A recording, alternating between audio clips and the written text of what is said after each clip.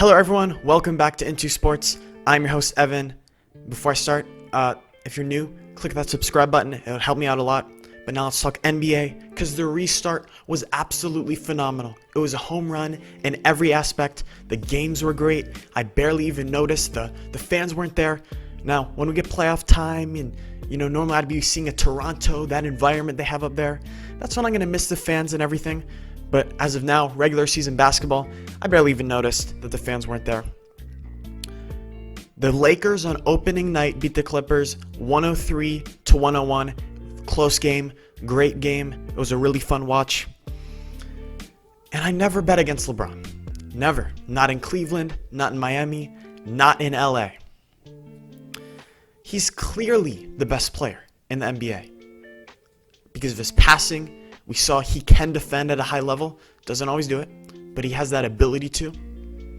His passing, elevating the teammates, making everyone around him better. That's what he does best. But the Clippers have the second best player in the NBA, in my opinion, Kawhi Leonard. And they have another elite player in Paul George. And they have the best defense. And they have the most size. And they have the best bench. And they have a top coach, Doc Rivers. And the Clippers were right there the other night, losing by 2. They were right there without 19-point, 11-rebound Montrezl Harrell, 19-point Lou Williams, and the team looks even to me. Without 2 of their top 5 players. I remember in the offseason, it was a big deal when the Lakers signed Danny Green. The Clippers have 6 guys better, clearly better than Danny Green. The problem with the Lakers is that Anthony Davis had 2 points in the fourth quarter. That's a big problem. Your second best player, he can't close out the games. He's going to get a Supermax contract, and he scored 10 points in fourth quarters against the Clippers this season. 10 points in 4 matchups in the fourth quarter. LeBron has no help at the end of the game. Anthony Davis is a big man. The negative of big men is they can't close games. They become a liability because they can't shoot. Ask Joel Embiid. Ask Ben Simmons, who can't shoot. Giannis has kind of struggled to close games. That's the negative of big men. And the Clippers have 2 great closers.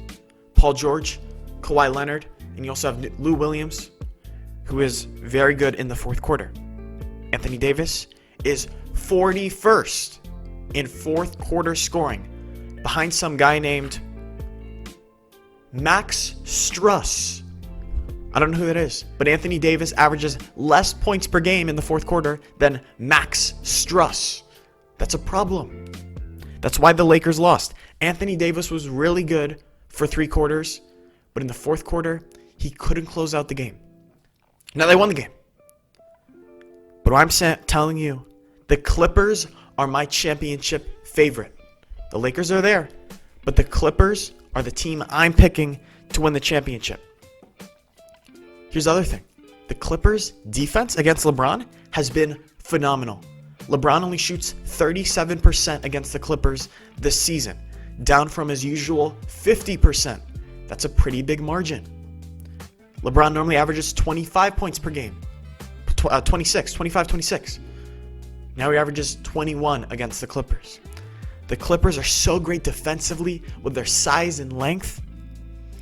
And they have what I call the Clipper quality. Where I look on the court and I see 5 guys that are 6'9", 6'10", 7-foot wingspan, athletic, can shoot. They're so good defensively. Really long arms. So I can't believe I'm betraying LeBron James. Can't believe it. I'm going to feel stupid if he wins the championship. If the Lakers win it all. They were my preseason pick. But right now, I lean LA Clippers win the championship in 7 games. It's still close to me. But Clippers have showed me thus far they are better than the Lakers. They are more equipped to handle 7-game series. They have more depth. They have more closing ability. And I say that when LeBron James and Bill Belichick are the only 2 guys I don't bet against in sports. I'm going to have to betray my own rules here. I'm going to go Clippers in 7 to win it all. Another great game in the NBA restart, day 2. It was Rockets beating the Mavericks 153 to 149. The defense was optional in that game. They didn't want to play it. It's fine. They'll just score. They'll give up a point, but they'll score. So it's evens out. It was a great game. Overtime. NBA, I'm telling you. So many great games. This was one of them. Maybe the game of the year. So this kind of brings, as I'm watching this, I'm kind of reminding myself. In the NBA and the NFL, there's always been a question. Would you rather be like pretty good, decent for a long time? Or would you rather be really bad for a lot of years and then really good, championship contender for 1 or 2 years? Now the examples for that are the Detroit Pistons, who've been like the 8th seed the last 7 years. They've just been mediocre, steady, always middle of the pack. Or the Philadelphia 76ers, who about 8 years ago said, we're not championship contenders. We got to reset, blow it up. We're going to tank.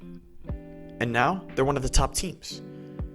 So who's in the better spot? The team that blew it up and had guts, or the team that just wants to be consistent, mediocre, flatline? The team that took a risk and blew it up in the Philadelphia 76ers. So I'm going to say this about the Houston Rockets. If they don't win the championship this year, their general manager, Daryl Morey, is going to have a decision to make. Keep being the 7th or 8th best team in the league. Again, that's pretty good. You're the 7th or 8th. But are you really a championship, shortlist championship contender? No. And that's the problem the Rockets have. Or you can blow it up, reset, reboot, refresh. Because the Rockets have been a consistent second round playoff team. But they always lose in the second round. Is that good enough? Is that what you want? I don't know. That's why I'm just throwing it out there. But let me turn positive. This is the Rockets' chance to win it all, to win the NBA championship. Think about the reasons the Rockets have lost in the playoffs recently. Reason A, James Harden runs out of gas. He has to carry so much of the load. In the playoffs, he has to do everything on offense. Doesn't even have the energy to play defense. But late in the season, after you've been playing for 6, 7, 8 months, he runs out of fuel.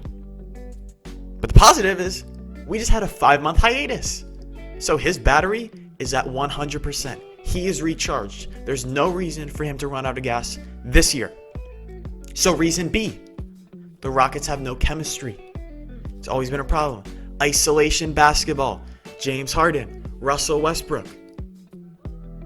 Did you see the Clippers? Did you see the Jazz, the Pelicans game?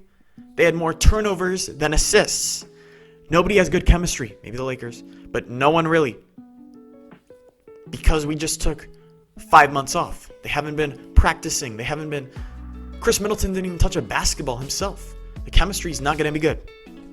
Reason C, the Rockets lose in the postseason. The Warriors. The Warriors have ended the Rockets season in the playoffs 4 of the last 5 years with Steph Curry, Klay Thompson, Kevin Durant, Draymond Green. The good news is, Warriors aren't even in the bubble. They didn't make the playoffs. They're out of the picture. So the Rockets' 3 biggest problems have been solved by the NBA bubble. If they don't win the championship this year, they will never win the NBA championship with their current roster. The bubble is perfect for the Houston Rockets. If I didn't know, I would have thought they designed and created the idea of the NBA bubble. It's their golden opportunity to win the championship they haven't won with James Harden. But if they lose in the second round again, if it doesn't work out, Daryl Morey, he might have to think about cleaning house. I'm just throwing it out there.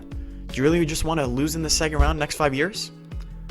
Do you want to pay James Harden and Russell Westbrook each $44 million per year just to lose in the second round? They make $133 million each next 3 years. Is that what you want to give them to just lose in the second round? Is that the goal? Or is the goal to win an NBA championship? For me, I'm either all in or I'm all out. It's always Super Bowl, NBA championship, or bust. That's the way I run. So Daryl Morey's going to have to ask himself, am I in it just for the championship? Or am I happy selling tickets and going to the second round of the playoffs. It's now or never time for the Houston Rockets.